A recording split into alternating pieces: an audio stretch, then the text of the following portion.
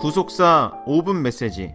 오늘의 말씀은 구속사 시리즈 제4권 신비롭고 오묘한 섭리 내용 중 북이스라엘 열왕들의 역사 여로보암 두 번째가 되겠습니다. 지난 시간에 우리는 첫째로 하나님의 약속보다 인간의 생각을 붙잡은 여로보암에 대해서 살펴보았습니다.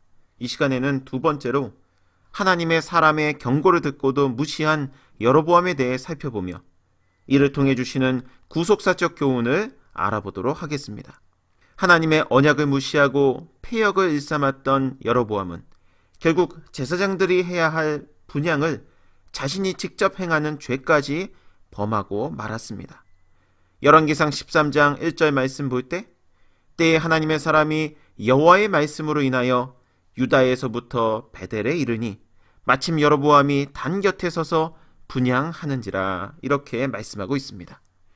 이에 하나님께서는 여로보암을 회개시키기 위하여 무명의 하나님의 사람을 보내셨습니다.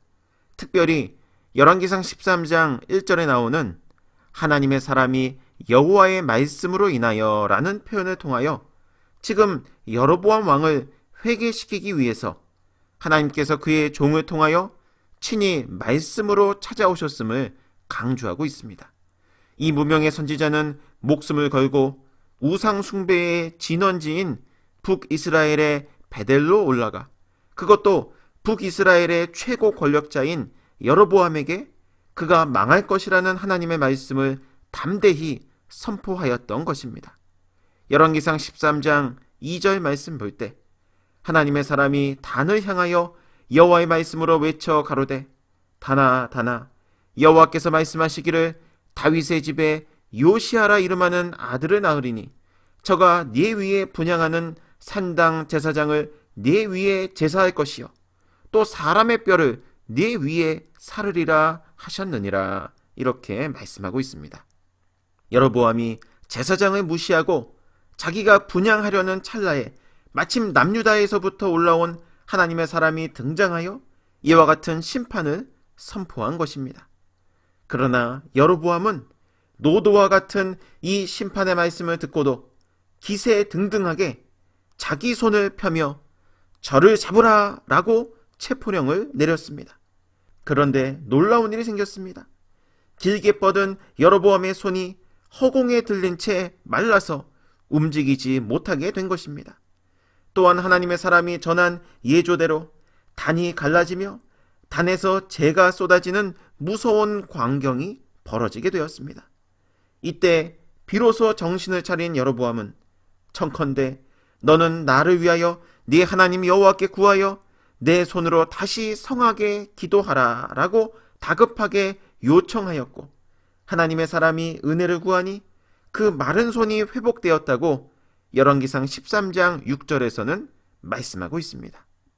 실로 여로보암은 회개할 기회로 삼기에 충분한 충격적인 사건을 겪은 것이었습니다.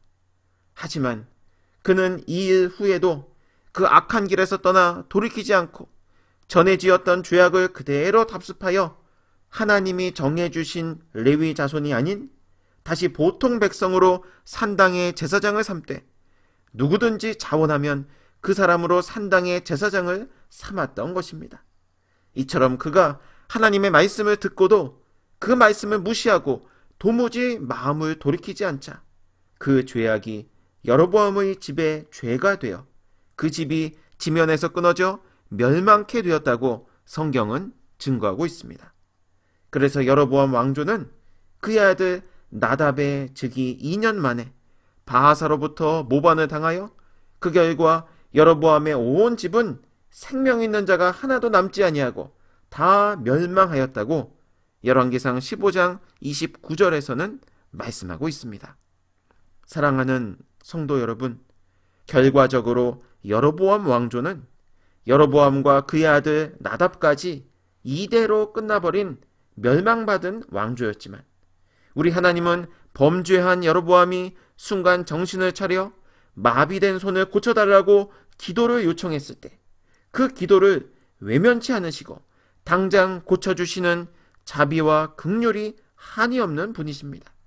따라서 이 말씀을 교훈 삼아 저와 여러분도 하나님께서 회개할 기회를 주셨을 때 즉시 회개하고 기도하여 응답받고 여로보암처럼 다시 죄악된 모습으로 돌아가는 것이 아니라 끝까지 하나님의 말씀을 의지하여 온 가족이 회복되는 놀라운 역사를 체험하시길 주님의 이름으로 축원합니다.